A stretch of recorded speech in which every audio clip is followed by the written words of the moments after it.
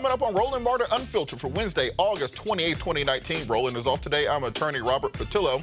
According to a new report, the number of Flint special needs students has increased by 56% since the water crisis began. We'll be joined by Flint's mayor today. A court rules that the New Orleans debtors prison scheme violates the constitutional rights of the city's poor citizens. Montgomery, Alabama could possibly soon have its first ever black mayor. The fourth white supremacist has been arrested and convicted over his role in the attack of a 20-year-old African-American man in Charlottesville. He is now going to jail. And the Royal Oaks, Michigan police officer who questioned a black man when a white woman claimed he was staring at her has resigned. And get this, a man suspected of triple homicide leads police on a naked chase and gets taken in alive. You can guess that he has the complexion for protection. It's time to bring the funk on Roland Martin Unfiltered. Let's go. He's got it. Whatever the miss, he's on it. Whatever it is, he's got the scoop, the fact, the find. And when it breaks, he's right on time. And it's rolling. Best believe he's knowing. Putting it down from sports to news to politics. With entertainment just for kicks, he's rolling.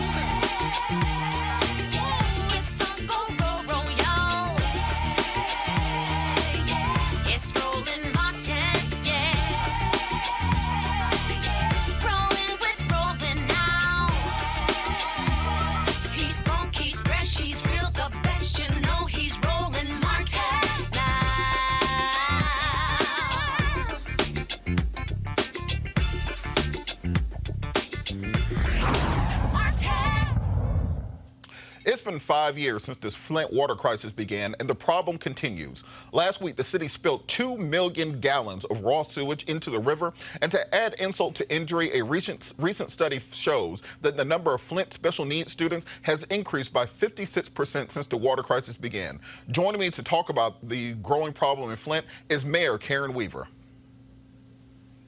Hello. Hi, how are you doing, Ms. Mayor? I'm doing just fine. All right, so can you kind of explain to us what is going on and how has this problem persisted for so long? Okay, so what is going on in Flint? There are a lot of things going on in Flint.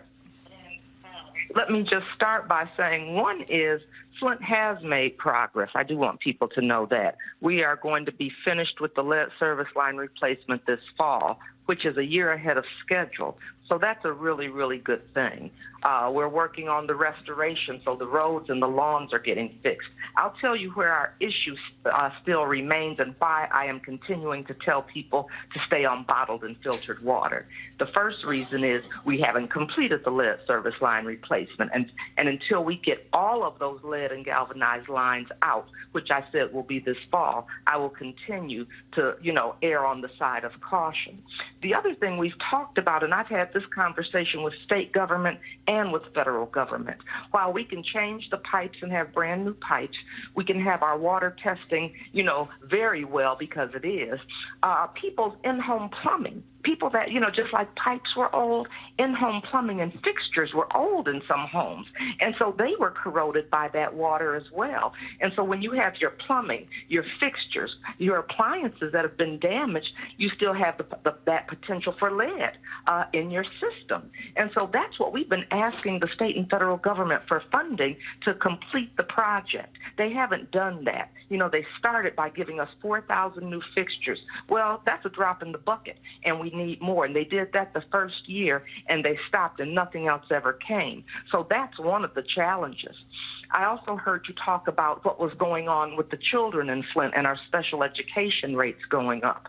And that's something that it's not a surprise when you see what happened when you had lead poisoning to our children, to this community. And that was one of the things we talked about, was we knew there were going to be some cognitive damages to our young kids as a result of this. And we knew it was going to be an increase in special education, in the criminal justice system, and in mental health issues. And that's one of the other things we've talked about. And that is a reason that we've asked for funding for the lead registry. And what we got was 5 years of funding But people are, we had a public health crisis here in the city of Flint, and we said, we don't know how this is going to play out.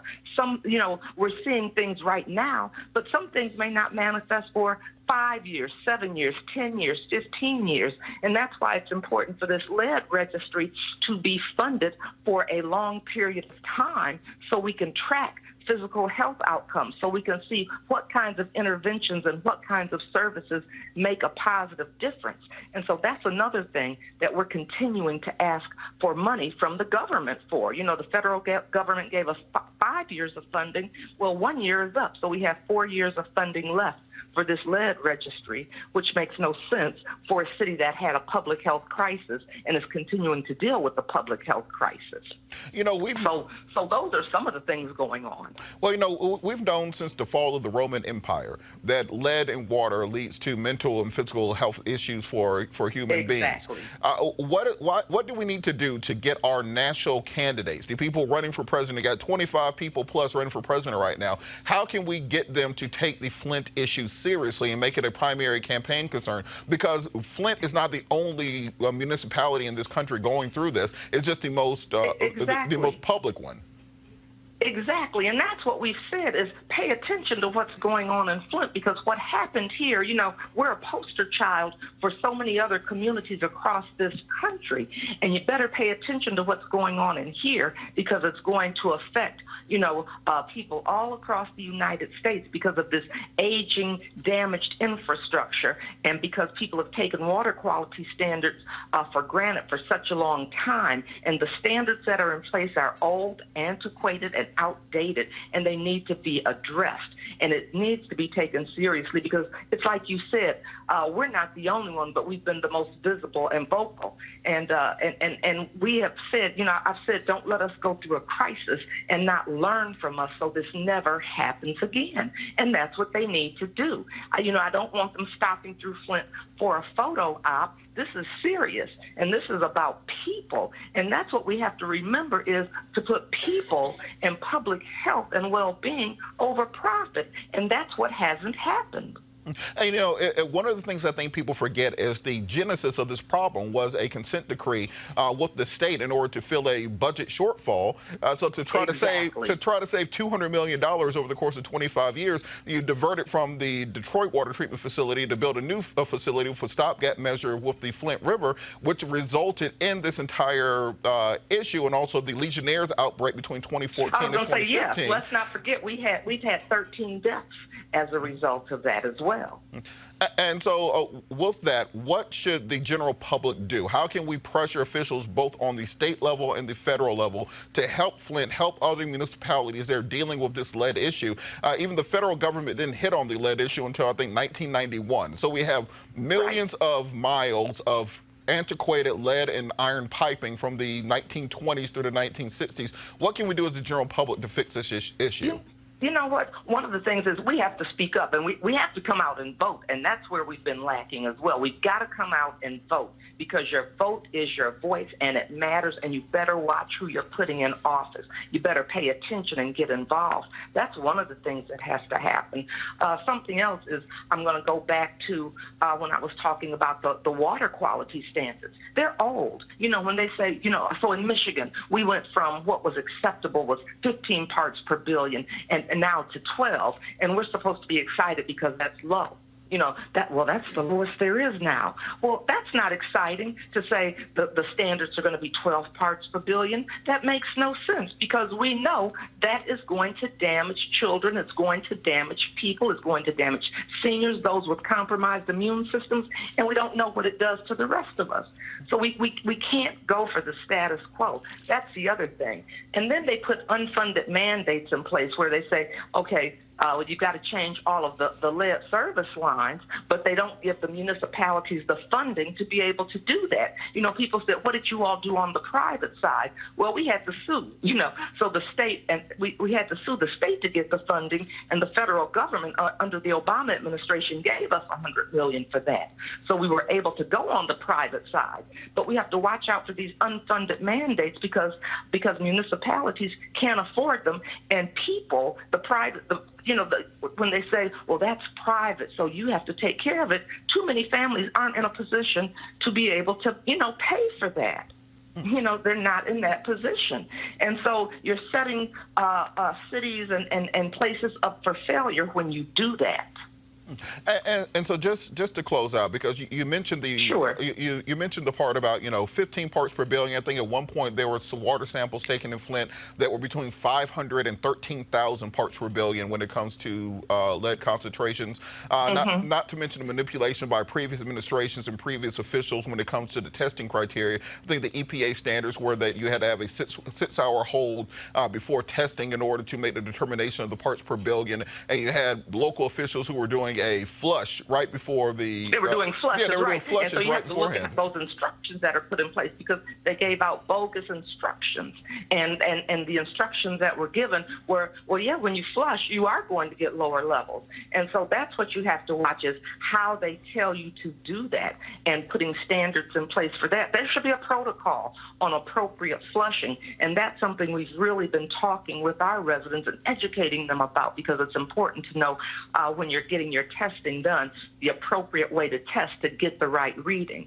But I do want to touch on something because, the headlines have read that the city dumped sewage into the Flint River, and that is not what happened. We had a storm here in the city of Flint. We had a rainstorm, and we got inches and inches of rain in a short period of time, and the reservoir at the plant flooded. That was what happened. So it wasn't like it was human waste sewage that got into our water. It wasn't that kind of thing. And we were able to address that because the sewage was already caught. So this was other, so what happens when there's a flood? And that was treated. So I don't want it to sound like the city of Flint was negligent and dumped waste into the Flint River because with everything we've been through, I really don't want that to be the headline. But that was what they put out there. That was how the media put that out there, and that was not what happened. It was Mother Nature having a storm in the city of Flint, and that was something that we weren't prepared for. We weren't prepared for that amount of rain in that short period of time, and the flooding took place. So that was what happened with that. We've just spent millions and millions of dollars. Like, I think it was $36 million cleaning the Flint River. So I just wanted to, get that out there as well. Well, I think it's very important for people to understand that now Flint is in good hands, under good leadership. There are people who are competent and in charge. I want to thank you so much for all the work you're doing. Keep us updated on what we can do in the rest of the country to help Flint and help the water situation there. Thank you, Mayor Weaver. And keeping this message out there helps us all. So thank you for that. I appreciate it. And so do the residents of this city. Thank you so much. Mayor Karen Weaver from Flint, Michigan. Joining us. Thanks. Joining us now on our panel is political and social analyst Dr. Cleo Monago and also former chair of the National Bar Association, PAC, attorney A. Scott Bolden. How you doing, guys? Good, real good. All right, so on this Flint issue, why is it this has not penetrated and percolated up to being a national issue? We've had 2 presidential debates so far, 8 hours of conversation, and I don't think we've heard anybody even mention the issues of Flint because for every Flint, there's also a Gary, there's also an Atlanta, there's also a Baltimore where you have similar issues, similar piping and infrastructure issues, but no one is talking about it on a national level. It seems like when it's just us, it's just us. There must be a plan for it. Flint can't catch a break. Mayor Weaver is absolutely right about this flooding piece because the headline said sewage dumped into the Flint River. The reality is that the residents of Flint, they don't get their water any longer from the Flint River. Yeah, that was a temporary... It's a temporary piece that went south, that never worked out. But then they readjusted and they they went back to getting their water from Lake Superior, which is off the, I was about to say off the coast of Detroit, but it runs through Detroit in their deal. They are talking about it when you talk broadly about climate change and infrastructure, but not specifically about Flint or any of the other urban centers. And it really is a form of environmental injustice, if you will, environmental discrimination, because even the DNC had a chance to have a debate on climate change and the environment, and they voted that down at their recent meetings last week. And so it costs to take care of poor people and to provide good health care and environmental standards and all the things that all of our communities deserve, need, and want. But poor people, it costs a lot.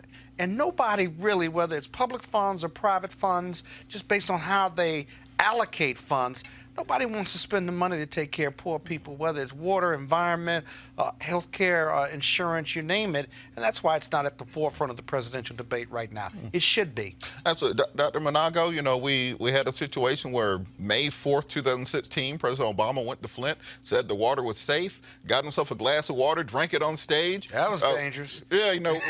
Oh, it looked dangerous. Well, it's not that it was dangerous, but it was political malpractice, because basically he was telling the people there that the water is safe, and now we got a 56% spike in the special education because they believed the president who said the water was safe. So well, the damage had been done already. Yeah, those pipes have been corroding for years, and for the president to say the water is safe and drink the water, who knows what the lasting effect of that is? Well, we haven't seen anything better with President Trump. So what should we do when it seems like both parties don't care? Well, that Obama went to Flint and said the water was drinkable happened around the time that this issue was in the press all the time. It was a hot issue. I think the reason why he went there and that it was talked about, did all that, is because he wanted to look good and take advantage But of the feds did give them plenty of money. Gave them a lot of money, not plenty of money. You mean Flint? But a lot of money. Gave Flint a lot of money. Right. He did keep his commitment on that, and they've replaced these pipes. Well, that's true. They've got a lot more work to do. That's true, And but they I'm did that talking about- redeal with the Lake Superior, so there has been some progress made. Sure, but what's not true is that the water is good. That's not what's true. And I think that Obama got caught up in the opticalness, if you will, of it all. And this gets back to your original question regarding why didn't it come up recently in the debates. Well, it's not the topic. Unfortunately, these Not presidents... sexy. Right. Unfortunately, these presidential candidates follow whatever is media savvy. And that's why they talk about reparations, which they never talked about before. We had just had this commission meeting with Congress, and now it's a hot topic. So unfortunately, as opposed to following what's right for the people and being concerned about the poor and being concerned about people's lives, people are concerned about being liked enough to get the popular vote. You know, remember one other thing, too. There are a number of civil lawsuits still pending over this. And so whether they're suing the state or suing private sector participants in what occurred in Flint, those cases, and there's several of them, and their class actions are making their way through the federal and the state judicial system in Michigan. So arguably help is on the way. The criminal indictments, be honest with you, those were dismissed by the judge, and rightfully so. That was a very, very high standard, going to be difficult to reach. But the real civil justice in all of this has to come through the federal and state courts, and I think it will. And when they do pay up and pay out, including the insurance carriers, at least there will be some modicum of compensation or a lot of compensation to make this as close to right as possible. Yeah, I think we noticed that at the very beginning of Mayor Weaver's conversation, she wanted to get the record straight, let us know there was progress being made. Yeah. But I think it's important real quickly, Robert, to point out the fake news angle. I mean, I heard all over the country, national news, that sewage was flowing into the drinking water of Flint, Michigan. And that was fake news and a lie, and I think she took it personally. It might be also because she's a black woman running a city and she doesn't want that kind of reputation because it's racist, and it may or may not be racist that they lied and claimed that the water is not only full of lead now, but it's full of human sewage. Well, but that worked for the Republican narrative, though. That headline worked for the Republican narrative. Well, I think it's a bipartisan failure because it was a failure under Obama. It's been a failure under Trump. You had local officials who were Democratic, state officials who were Republicans, and all of it didn't work. So I think it's important for us to understand that. Turning to the news, a federal judge in Louisiana delivered a major victory to advocates of the poor who have argued that the criminal justice system across the nation exploits folks who can least afford to pay excessive court fees and fines. United States District Court Judge Sarah Vance ordered courts in New Orleans Parish to allow a neutral forum to determine whether defendants can afford to pay court fees before sending them to jail for non-payment. So, Scott, this is one of those things in criminal law that you find often. that the system is by its very nature rigged against the poor. You can violate your probation for not being able to pay your probation fees. You can get sentenced to a jail sentence because you don't have money. You end up in jail for a weekend or until you can make bond because you don't have money for a cash bond. Why is it so important that we take the economic discrimination out of the criminal justice system? Well, it's not really economic discrimination. They're looking for a way to force people to comply with orders. And whether you're rich, poor, black, or white, if you don't comply with court orders, and they're trying to get compliance, and you've been either found guilty or this is part of your bail process, it's been the traditional way of forcing compliance. I think you and others are right that because of the widening gap, wealth gap in our country, we've got to figure out another way. I don't know what a neutral forum looks like because in the judicial system, you have the administrative side of this that looks at what your ability to pay, what you're available to pay, do you work, do you not? These are all factors that play in, but the problem is if you can't pay, and everyone knows in the courtroom you can't pay, the only alternative is to go to jail to either not pay off your debt or to do something to force compliance. The problem is when you're in jail, right? How do you pay your child support? How do you pay court fees? Are you going to waive the court fees if I choose jail or if economically I've got to go to jail? So this federal decision is the first step towards getting away from that, having a neutral form. But what does that look like, sound like, and feel like? And what's the alternative? Because right now, psychologically, the criminal justice system, all we know how to do is do two things: charge defendants and those who break the law or lock them up. And none of that is about rehabilitation, job training, entrepreneurship training, or anything that's going to break the cycle of poverty. Well, one thing, Dr. Minaga, that I've noticed from practicing law is putting people in jail doesn't give them any more money than they had when they went into jail. So if I couldn't pay the fine before I went to jail, let's say I'm working a minimum wage job, something along those lines, or just entered the workforce to try to pay these things off. off. Or I may lose my job. Yeah, you put me in jail, I lose my job, I lose my house, I lose my car. Whatever progress I've made to getting back on my feet is now gone. And now when I get back out, I'm starting over from scratch. And often they re-enter the alternative economy, which is what got them in jail in the first place. So what do you think we need to do to focus more on restorative justice? You know, community service instead of paying a fine, ways that you can work off the amount that you owe instead of having to pay cash, and stopping the for-profit nature of the criminal justice system. One of the biggest issues I've always found is you'll go to a community where every single building is boarded up, you know, the neighborhood is burnt down, and then you'll see a brand new shiny courthouse because they're getting so much money from these people convicted of crimes that is the nicest building in the entire area, the courthouse or the jail which is built there.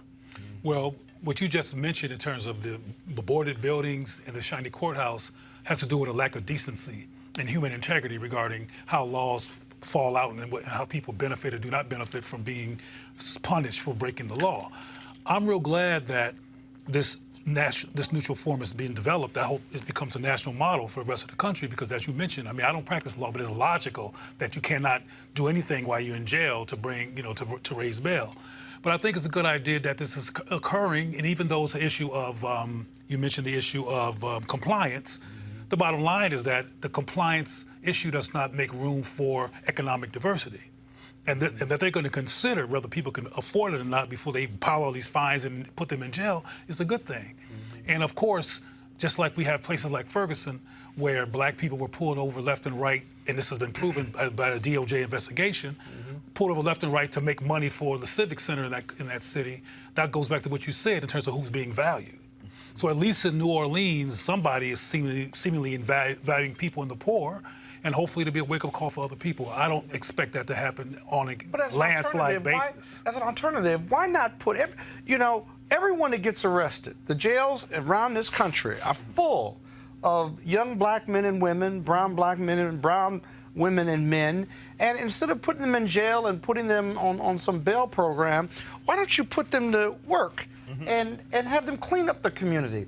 Their economic dollars for all of these community development programs and stuff. Why don't you put them to work to clean up the community, to learn a skill, and you can keep an eye on them, if you will. You can have your compliance by having them come back to court because they're working to clean up the community. Whether you're paying them or not, you're training them. They have a skill set, and you be forcing compliance for them to come back and forth to court. And if they got sentenced, and if they did those jobs well, if they got sentenced, maybe you sentence them to continue doing that, or you sentence them to educational training or workshop training or something that is going to rehabilitate them and give them alternative to the alternative that you just talked about, the alternative economy exactly. that is the fast, quick money and that'll get you killed sooner than later. But see, again, you're talking about, in my opinion, a concept that requires integrity, and it requires caring about people.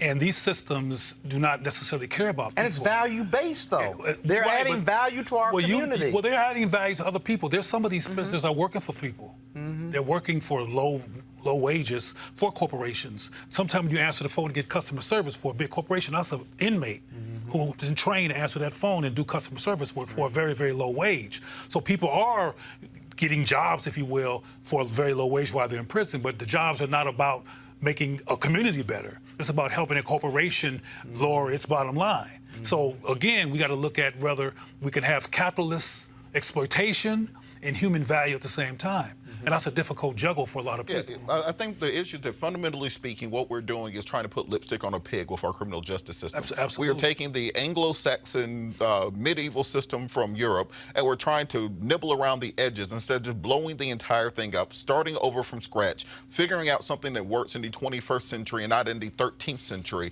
And because of that, we're going to need a wholesale change in it. Because what you don't want to have is a new lend-lease system where as soon as you commit a crime, well, we're going to lease you out for slave labor to pick up trash, cut grass, work on the chain gang, which is what existed after the Civil War. And you also don't want a situation which is we currently have where we fine you to death, and then if you are too poor to pay the fine, you end up in jail. So we got to find something to fix. No, I don't think we're stuck trying to fix a broken system. You want to blow it up, right? Yeah, you so blow it up. Top 3 aspects of what it should look like if you blew it up. You do criminal justice. Yes. What would you do? Absolutely. Number one, if you are arrested on a drug crime, you are sentenced to rehabilitation, not to jail time. Even if you're selling drugs Even if you are selling drugs next to school, we send you to rehabilitation. A drug dealer that's selling drugs to kids. I can show you 10 drug dealers. I can show you 10 drug dealers I represented who now are real estate owners who are former football players, so on and so forth. With the proceeds of their drug sales, right? Oh, look, however you get the capital, you get the capital. Bayer Chemicals. And poisoning our community, so you want to give them. You don't think Dow Chemical is making money from poisoning our community? Can go after them. You don't think BP is doing the same thing? Wait. Does that make it better? Yeah. Well, look. No. So they're even. Dow Chemical and the drug dealers in our community. You just had a court. Number 2. What's the number 2 thing you would do? Number 2, you have the criminal justice system. You have to address the mental and health care issues which result in criminal interactions with the criminal justice system. Money for that already. But they're not using it because most of the people sitting up in the courthouse on Monday morning are people with mental health issues, physical health issues, or drug addiction issues. Number 3 on the list is. I haven't even got the number 3. I didn't got the number 3 on the list. Number 3 on the list, you have to address the economic aspect of it.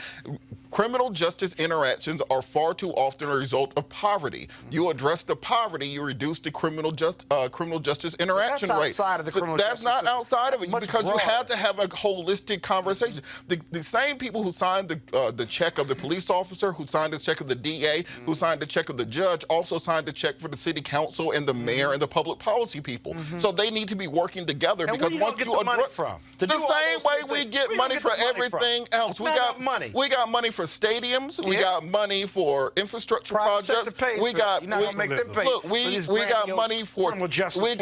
for tax cuts. We only don't have money for things when we don't want to do it. We got a $22 trillion deficit because we got plenty of money for whatever we want. We haven't made it a priority. To make it a priority, a budget priority, and you have to elect the right people in order to reprioritize those dollars and put them in the right place. But look, you see, in the crack epidemic in the 80s, we ain't have no money for treatment. We ain't have no money for nothing. Opioid epidemic hits West Virginia. We got money out the wazoo. Money just shows up. Oh, my God. It's a public health issue.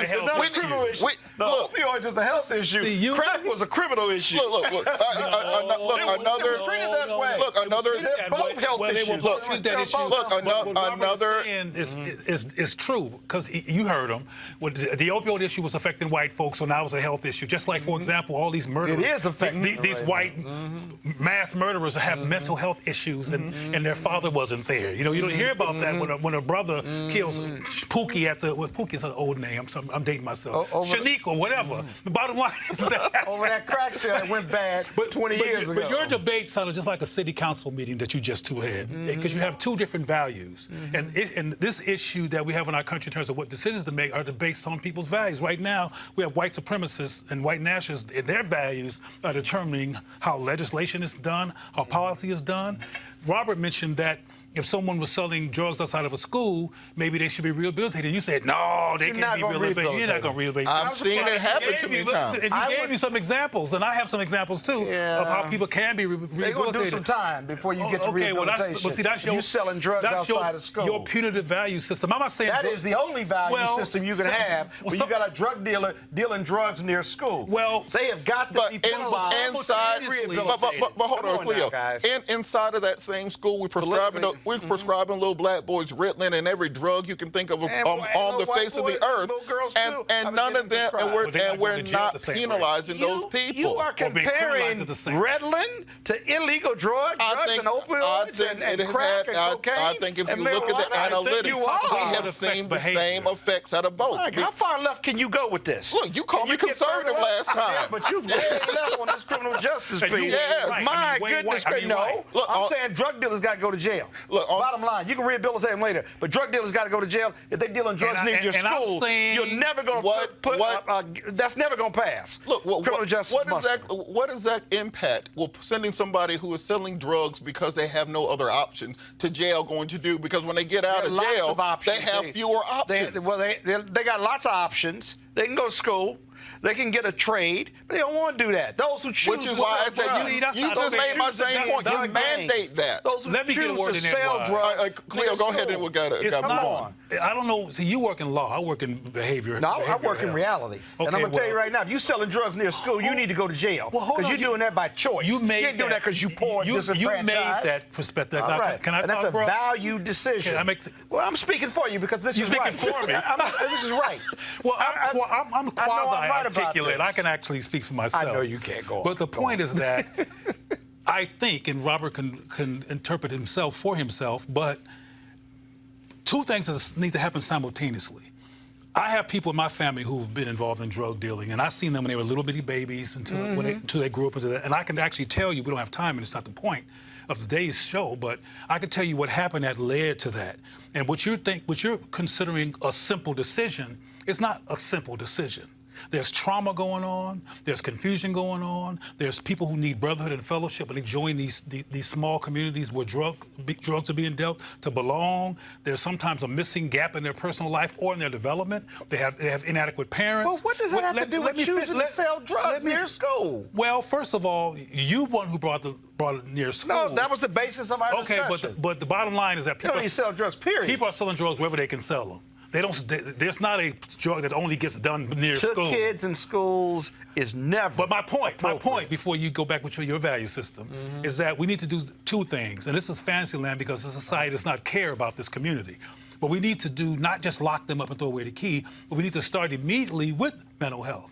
We start immediately with some kind of transformation. So every drug dealer. All right, fellas, come on. We got to move on. Protect the young people. All right, let's move on. We got to keep moving on to the headlines. I've seen it's a great discussion. Just like he said. We got to keep this going into an after dark session. Socialists on this issue. All right, headlines. The Royal Oaks, Michigan police officer who stopped and questioned a black man because a white woman said he was staring at her has resigned. The woman called 911 and reported feeling uncomfortable after 20-year-old Devin Myers circled her vehicle on August 13th. Myers says he had parked his car and was walking to a restaurant when he was stopped by police. Royal Oaks Police Chief Conrad O'Donoghue, the most Irish name I've heard, announced the resignation of the city council at a city council meeting, saying that the officer quit Friday when faced with the consequences of his actions. O'Donoghue said that the stop shouldn't have lasted 20 minutes and that the officer shouldn't have asked Myers for his identification. Also in headlines, Montgomery's first black mayor. The numbers are in, and it appears that Steve Reed and David Woods are headed to a runoff for Montgomery's mayor's seat.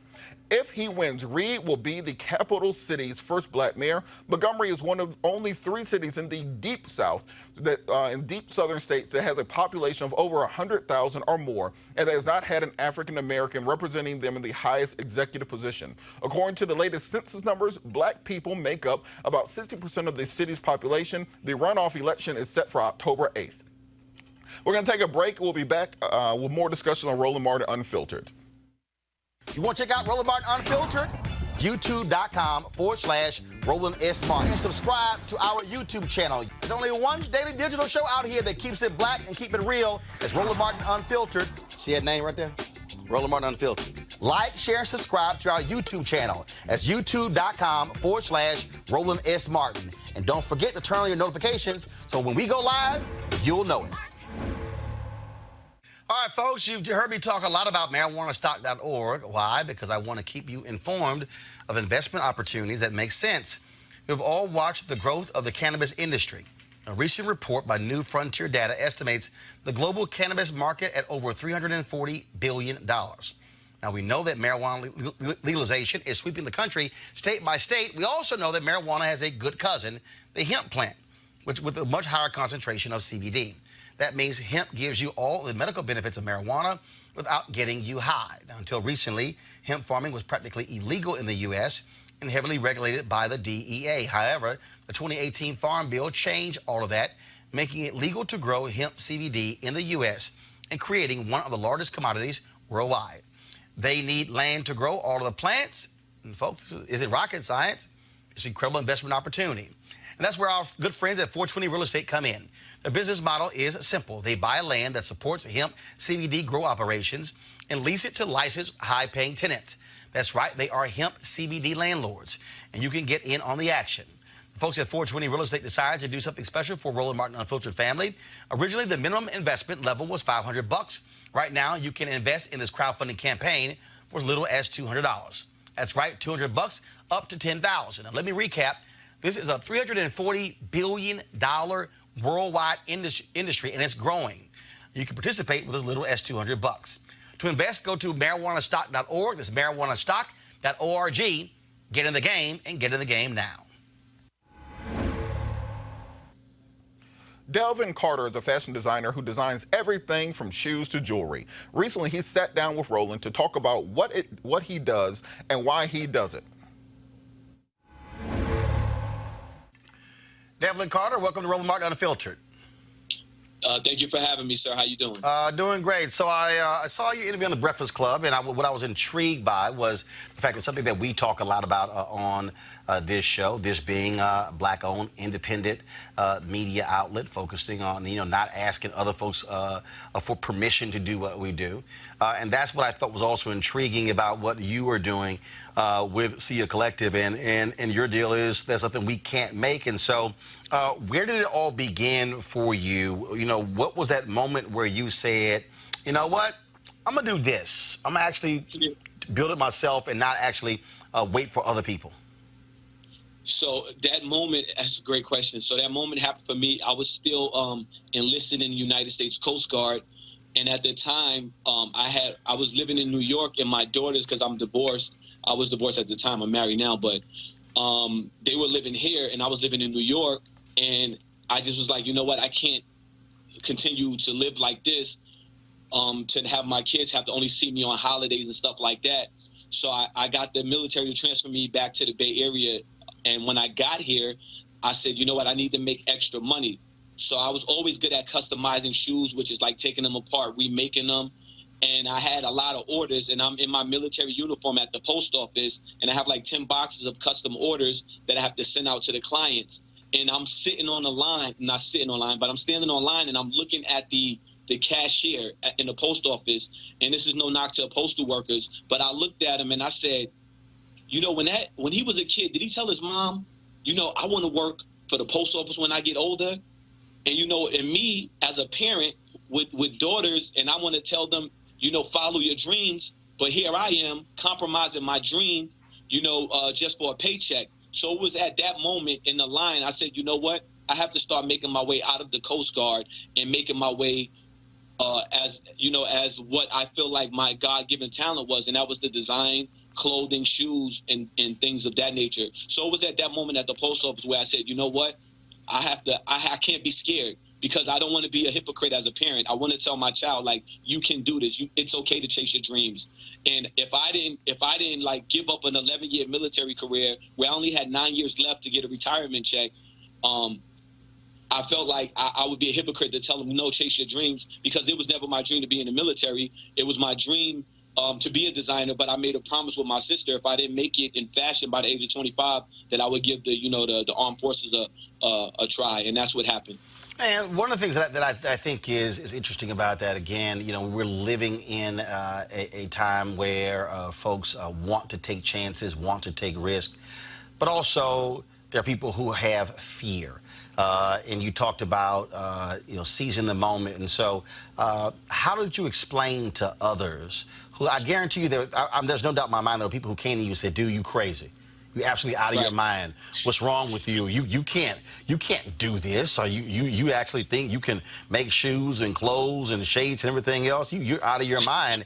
And so how did you respond to folks who doubted you, who may have been haters, who had fear themselves? All right, so when you're in the military, it's pretty much, you're just you're a prisoner. You know what I'm saying? You have the same exact mentality as a person in jail, because the 1st and 15th, you're getting paid. Uncle Sam's telling you when you're going to your doctor's appointment, such and such. So we have that same kind of mind state that we are like prisoners in a way. So when I was going to get out of the Coast Guard, a lot of my military brothers were like, man, the economy's not good, man. They were more scared for me than I was scared. But I was terrified, because, see, the thing is, when I moved out here, I thought I was going to stay in for 20 years. But after I was here for a year, they tried to move me again to New York City. And I was like, I promised my daughters I would never move again. So I said, listen, I'm not going to take that billet, because that's what we call it. I'm not going to take that billet. You're just going to have to let me out my contract, because if you deny your orders, they'll let you out of your contract. You'll still get your honorable discharge. But at that time, Roland, I only had $1,300 in my bank account, and I had my apartment was $1,300 at the time, and my car note was $1,000. So I didn't even have enough. It was like, at that moment, giving up this career. And then it's either, what do you want? You want to live in your car, you want to live in your house. So, but at that moment, it sunk in with me. I cried, I'm not going to lie. I have a daughter who passed away when she was 11 months. And when I made this decision, I went to her gravesite. And I said, Daily, I need you to watch over Daddy. I'm going to do something that's super scary, and I need you to be my guardian angel. And I said, you know what? I'm going to trust the process. So I told them I want to get out. I got out, had $1,300 to my name, and I just started taking a lot of custom orders. And I started taking a lot of orders. And the way my discharge was, it was so bad that because I got a hardship discharge, which I didn't get unemployment. So I didn't even have unemployment to pay my rent. So I literally was living like off of my talent alone. And I said all I needed to do was to last 4 months until I could go to college, because I had the GI Bill, and the GI Bill would pay me, since I live in the Bay Area, it would give me $4,000 a month just to go to school, and it would help me. And the $4,000 is your rent money.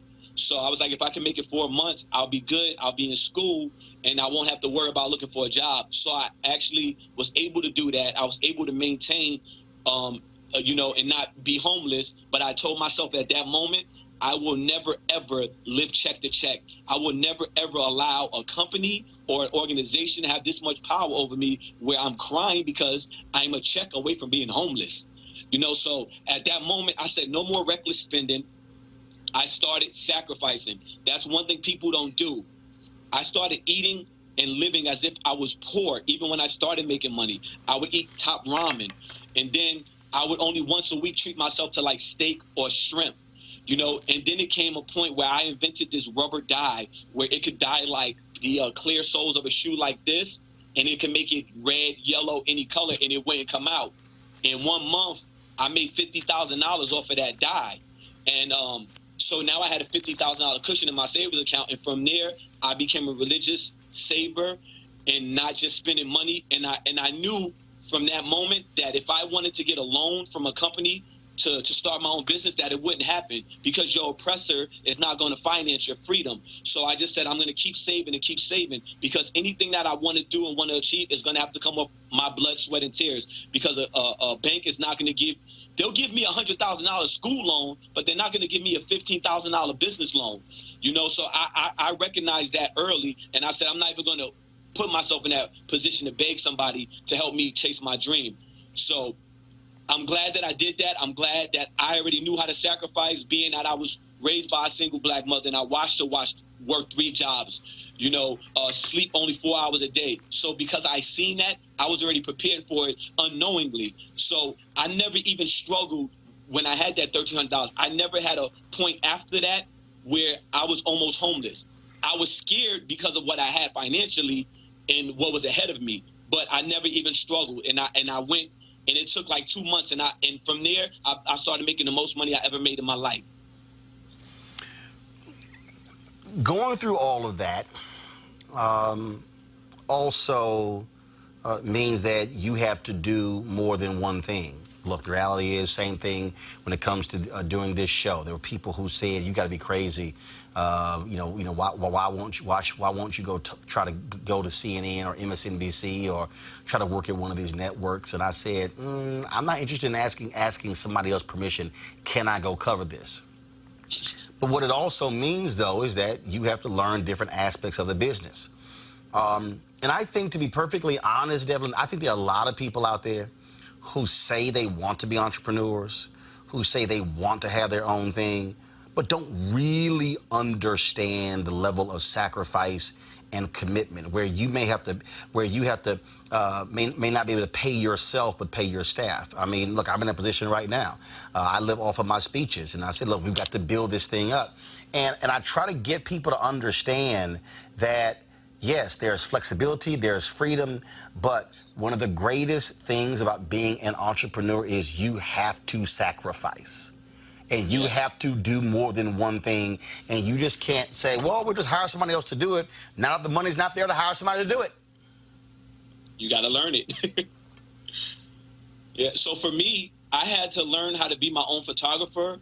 I always was good at marketing, even I graduated from the Fashion Institute for Design and Merchandising in San Fran, and I was elected to be on the elite marketing group because I just knew how to market myself, market any product. So I never had that issue, but I'm also a workaholic, and I probably just like you, I don't like waiting on anybody. Nope. For anything. No. I am very, exactly. I can tell. Like, I'm very impatient.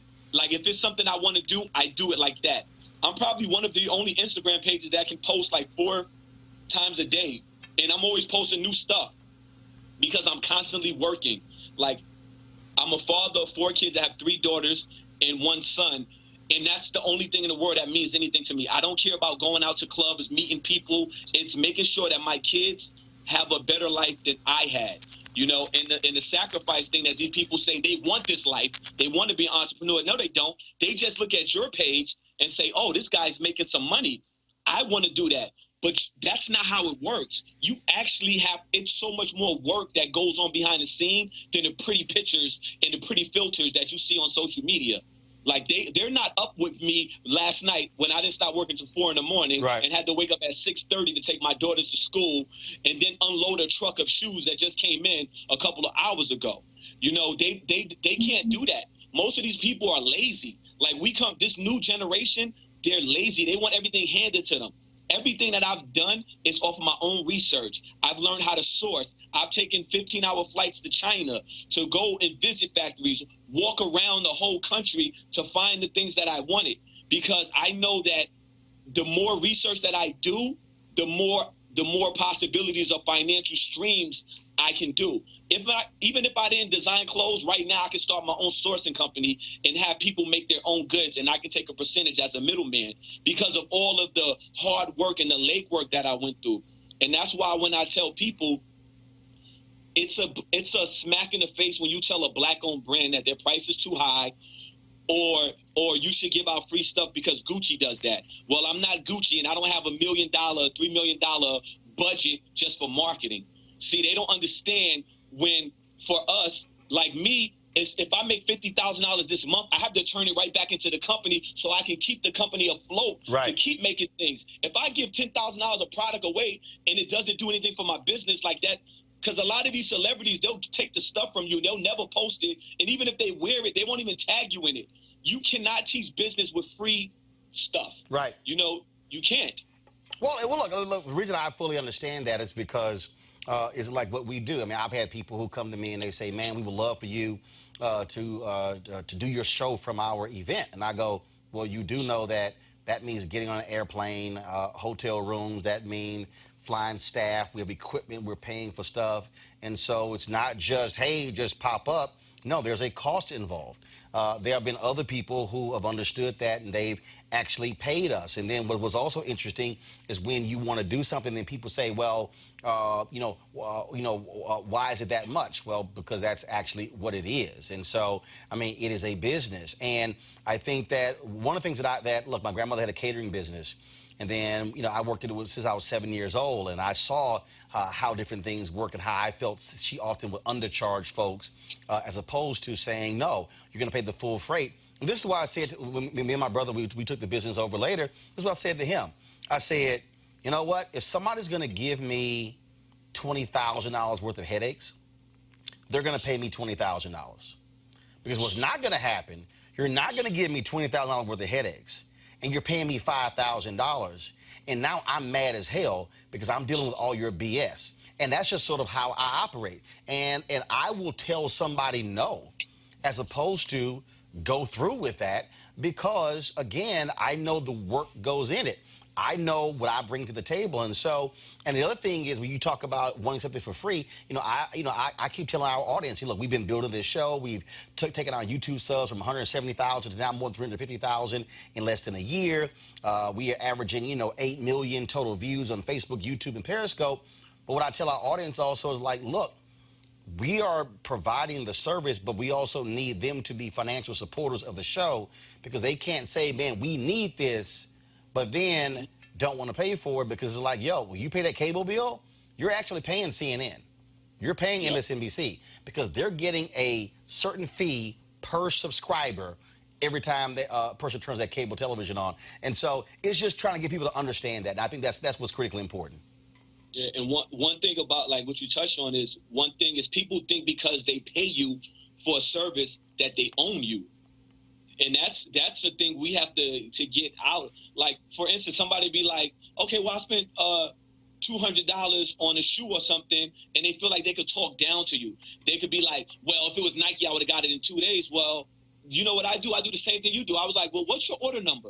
Okay, here you go. Here's your refund. Because one thing about me and the way I was raised under the mom code, which is MOM, morals over money. I will not let you demoralize me for a financial gain. Everything that I'm doing, I love that I do it by myself, because I don't have to deal with the BS. When you're in the military, you cannot not deal with the BS, because if somebody outranks you, they talk to you how they want. They try, but they'll try to talk to you how they want to, because they know they outrank you and you have to listen to them. Right.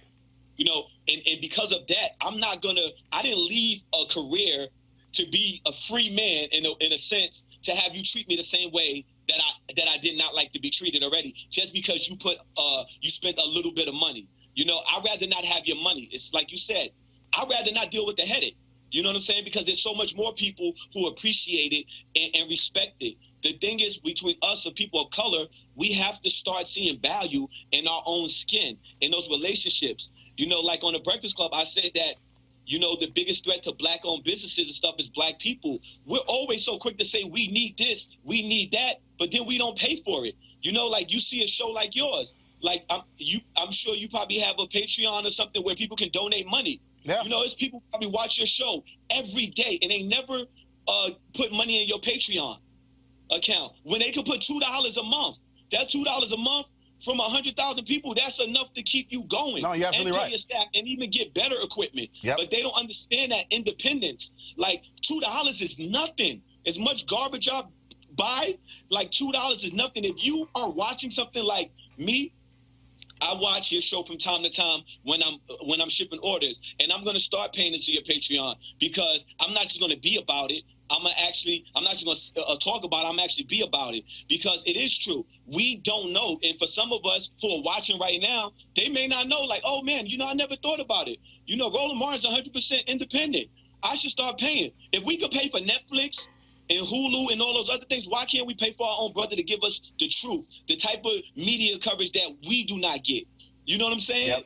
We have to start supporting those things because our people we are the only racial group that does not believe in group economics. And it's interesting. And we're like the number one shoppers. And it's interesting. We're the number one consumers of everything, but we don't believe in group economics. You made that point. I've been saying that for years. And so, for instance, there are numerous times when I go into black-owned businesses, restaurants, and things along those lines. I remember I was at Two Partners in barbecue place in Dallas, and the brother who owned, he said, "No, Roland, I got it." I said, "No." I said, "I'm gonna pay for it." I said, because the reality is that plate, that fork, I said, you got employees. I said, I'm gonna pay for it. I said, no problem whatsoever. And then people who would say, well, hold up, how, you got free, if somebody's giving you something for free. I said, no, what you don't understand is, I said, that brother has a business. And what I try to get people to understand is that when just like for you, I'm sure that people who go to your site and they're like, well, why is it this much? Guess what? When they walk into Walmart, or when they go to Macy's, or they go to Saks Fifth Avenue, they don't ask the question, how much is it? They say, what the tag say? And then if there's no tag, they'll scan something and they say, this is what it is. And so my deal is, I'm right there with you. We've got to stop looking for the hookup with black-owned businesses and understand that they are a business just like any other business. Last question for you. How did just very curious, obviously the Breakfast Club has a huge platform. How did that change your business? Do people all of a sudden started hitting you up because they finally? Some people say, "Man, just like me, I didn't realize you existed." It's like, "Yo, I gotta get this brother on." And so, what was the reaction? What was the fallout from it? So my FBCC page, I had 148,000 followers. I have like 185,000 now. My clothing line page, Society Collective, went from 30,000 to 85,000. The funny thing is, though, I get messages now. Some guy DM me a few. Hey, man, I seen you at the Breakfast Club. Super inspirational. I've been following your page for years. You know what? I'm going to go buy something. I'm like, I didn't even respond to him. I'm like, you've been following me for years. You've been seeing the hard work I've been putting in. You didn't want to buy nothing until I was on the Breakfast Club. So the Breakfast Club is what made you be like, They validated you. You legit now. Like, I've been legit for the last 5 years killing stuff. But because I'm on the Breakfast Club, now you want to spend some money with me. Like, you've been following my page for 5 years. You done seen me go through struggles. You done seen me keep consistently bringing this. You done seen me do free programs for the kids. I teach young kids and children of color how to sew for free. I teach them how to do fashion design, and I don't charge the parents. And the sad part is most of those parents don't even come back to the store and even buy a T-shirt. I feed their kids. I told them I don't want no money from you. I take their kids on field trips, and this is all on my own dime because nobody did this for me. And one thing that I want to be a part of the change. I want to spark that change behind me. Those young kids coming up, maybe one day they'll be a big fashion designer. They'll be like, hey, man, Devlin Carter was my teacher. He taught me when I was 8 years old. There now you look go. at what I'm doing. It's crazy, but the Breakfast Club definitely brought a lot. But the good thing about the Breakfast Club is I get celebrities hitting me up now, and they're like, yo, I love your stuff. And I don't want it for free. I want to pay for it. So at least I'm getting, like I had Shaq hit me up last night. So I'm working on a shoe for Shaq. He's like, hey, man, I want you to make me some shoes. I buy in bulk. I don't want it cheap, but can you make a size 22? I was like, I hit my factory up. I said, hey, can we make, he wants like this shoe right here. I was like, can we make a size 22 in this sole? He was like, yeah, we could make it. So right now we're working on, making Shaq his own shoes of my shoe, which is crazy for an independent company to be able to make a damn size 22 shoe for Shaq. But Love he's it. real cool. He's like, man, I don't want no discounts, man, and I want 20 pairs of each. So that man. was a blessing. Hey, that's what I'm saying. So again, congrats. Give people the website again. Okay, so the website is COLLECTIVE.com. That's Saya Collective, which stands for Somewhere in America. And I have my own app where you can shop on the app, and it's called Somewhere in America. That's the app, and the page is Saya Collective. So SIA_collective that's at Instagram. So that's the Instagram handle in FBCC Bay Area. And you're based, where you based? I'm based in the Bay Area, California, but I'm from Brooklyn, New York. Okay, well, hopefully when I get to the Bay Area, our paths will cross. Dylan, I appreciate it, man. Thanks a lot and good luck. All right, thank you, man. Appreciate you having me on, man. Stay blessed and keep doing what you're doing. I'm a huge fan, and I'm going to donate to that Patreon. And I'll definitely be going to... Well, actually, we have it set up where we don't even use Patreon. Go right to RolandMartinUnfiltered.com. And so I definitely will download your app and check the stuff out and pick up a couple of things. I appreciate it, brother. You take care. All right, you too, brother. All right. All right, folks, Luxe Jazz is the experience of a lifetime, delivering top-notch music in an upscale destination. The weekend-long event is held at the Omnia Day Club Los Cabos, which is nestled on the Sea of Cortez in the celebrity playground of Los Cabos, Mexico. The Luxe Jazz experience offers the ultimate getaway for discerning jazz aficionados by pairing an upscale international destination with luxury accommodations, fine hot cuisine, top-shelf libations, breathtaking golf, exhilarating spa, health and wellness options, and much more, showcasing some of the biggest names in entertainment. The second annual Luxe Jazz experience continues to build upon its success and heritage with Jazzing Around Los Cabos, a celebratory expansion of accomplishing its goal of sharing all the finest the destination has to offer, including daytime excursions and mini concerts, including the Spirit of Jazz Gospel Brunch and Jazz Sunset Cruise. Confirmed guests, comedian actor Mark Curry, Gerald Albright, Alex Beaumont, Raul Madon, Incognito, Pieces of a Dream, Kirk Whalum, Average White Band, Donnie McClurkin, Shalea, Roy Ayers, Tom Brown, Ronnie Laws, and Ernest Quarles. Man, that's a hell of a lineup. For more information, visit the website at LifeLuxeJazz.com. It's LifeLuxeJazz.com. Also, we'll be broadcasting Roland Martin Unfiltered from Los Cabos the Thursday and Friday. And so you definitely want to be in the house, folks. It is an amazing experience. I can't wait for it all to happen. So go to LifeLuxeJazz.com to sign up today. The fourth white supremacist was arrested and convicted for his role in an attack on a 20-year-old African-American man during the 2017 Unite the Right rally in Charlottesville. He was sentenced Tuesday to little more than 2 years in prison.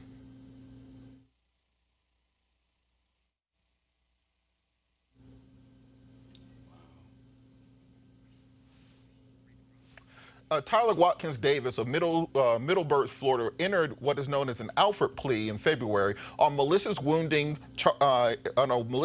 charge in a vicious and widely seen beating of DeAndre Harris, a former special education instructional assistant. The plea meant that Davis, who belonged to the extremist group League of the South, announced prosecutors had sufficient evidence to convict him if he had gone to trial. Even though Davis's assault on Harris probably resulted in Harris's worst injury, he was given less time behind bars, 2 years and 1 month, than the three other defendants already sentenced. All right, we'll go to you, Scott.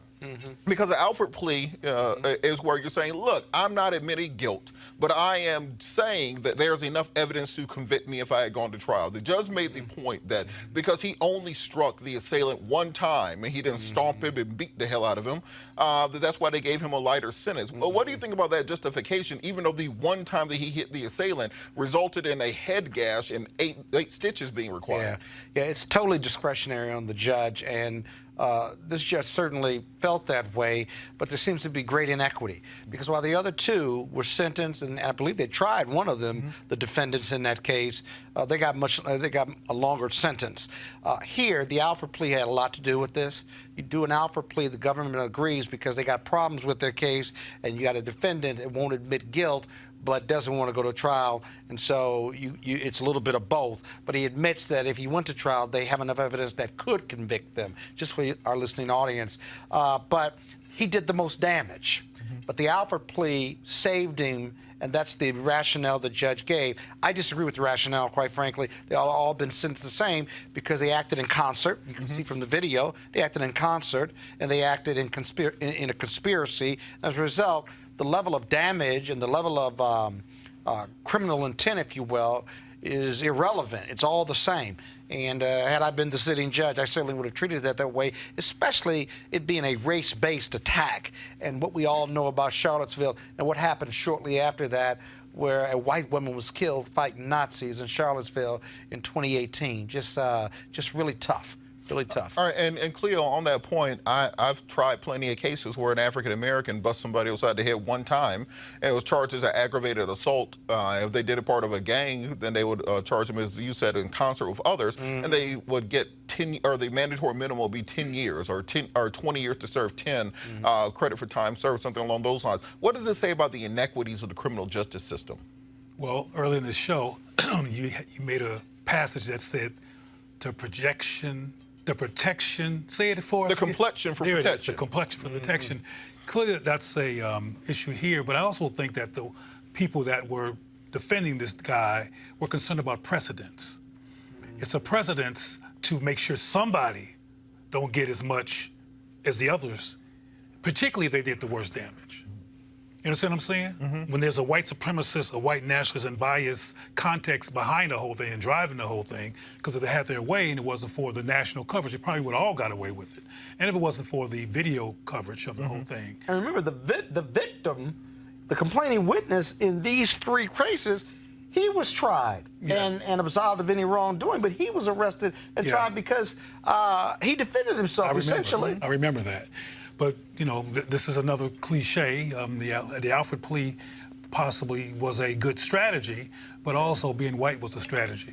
That's always a really good strategy. Yeah. And I recommend that for black folks. If you can be white when you go to trial, you'll probably cut the sentence down by a third. Okay, it's that time again. Don't follow that. Rules are allowed. I'm white. I got you, huh? Illegally selling water without a permit on my property. Whoa! Hey! We don't live here. I'm uncomfortable. All right, today in Crazy Ass White People News, 18-year-old Matthew Bernard of Kneeling, Virginia, was arrested on 3 counts of first-degree murder this week, according to Pittsfield County Sheriff's Office. But before he went down, he led police on a low-speed, naked chase. Here's young Matthew.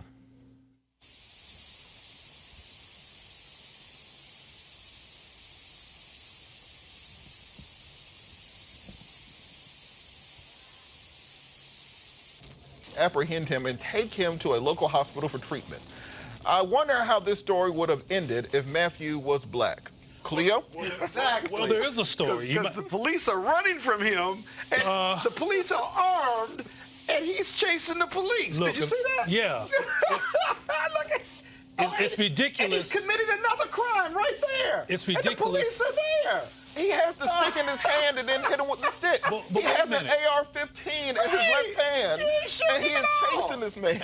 Well, see, I can't laugh as hard as y'all because even though you asked a question, there's a real case where there was a young man named Anthony Hill in Decatur, Georgia, who was 27 years old, who was a veteran, who was running around in the days, catatonic, nude, didn't have on nothing, and of course he had no gun or nothing because he was just as nude as this guy, and he was murdered by the cops.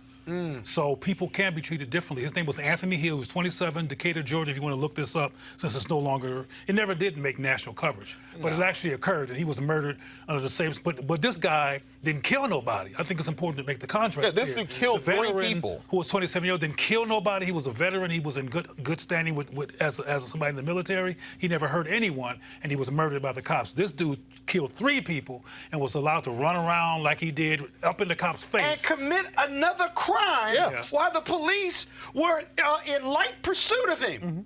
But You there's saw it right there in the He video. didn't get tased. He didn't get busted upside the head. They didn't throw a rock at him. And people will argue, some of us up and down, that there's no racism in this country and that we're delusional and we're race baiters. And Why do you have there's to? no real Why do you have to bring race into every conversation? Why do you have? Why?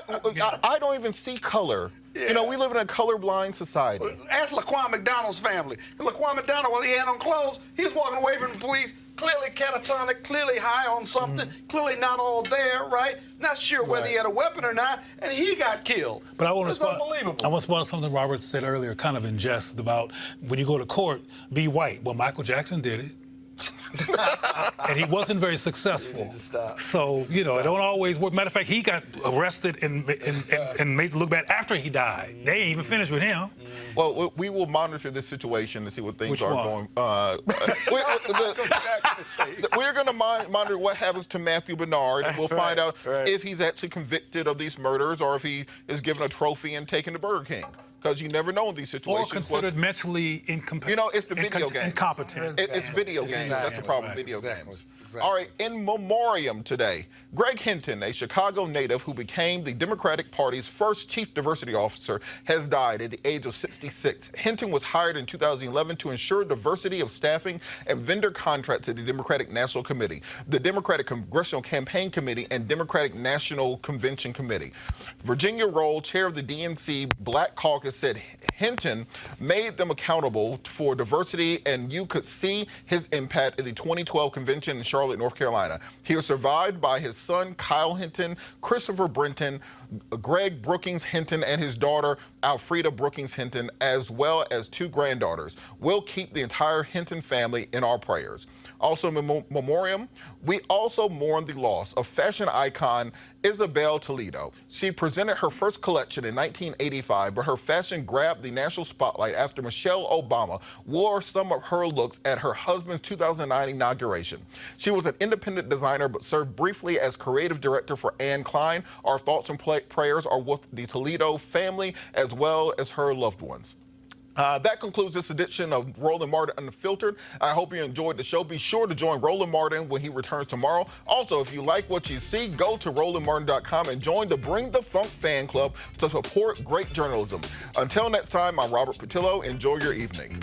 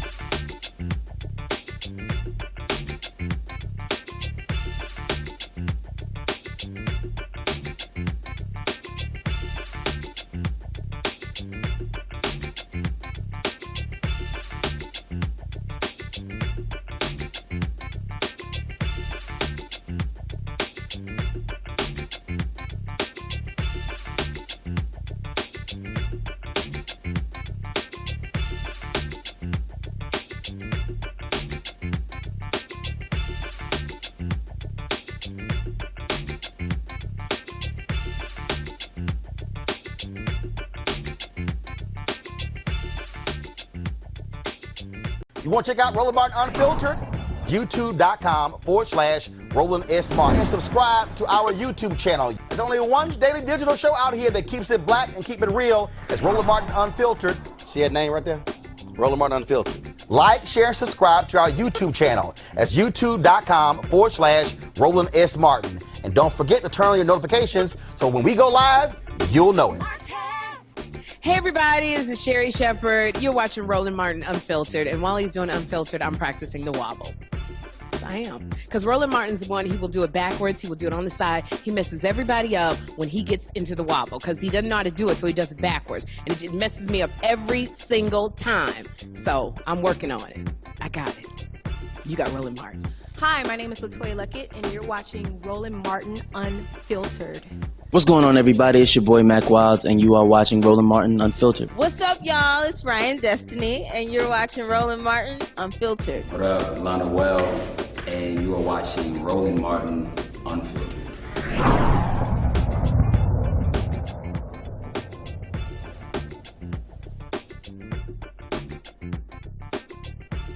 You want to support Roland Martin Unfiltered? Be sure to join our Bring the Funk fan club. Every dollar that you give to us supports our daily digital show. There's only one daily digital show out here that keeps it black and keep it real. It's Roland Martin Unfiltered. Support the Roland Martin Unfiltered daily digital show by going to RolandMartinUnfiltered.com. Our goal is to get 20,000 of our fans contributing $50 each for the whole year. You can make this possible. RolandMartinUnfiltered.com.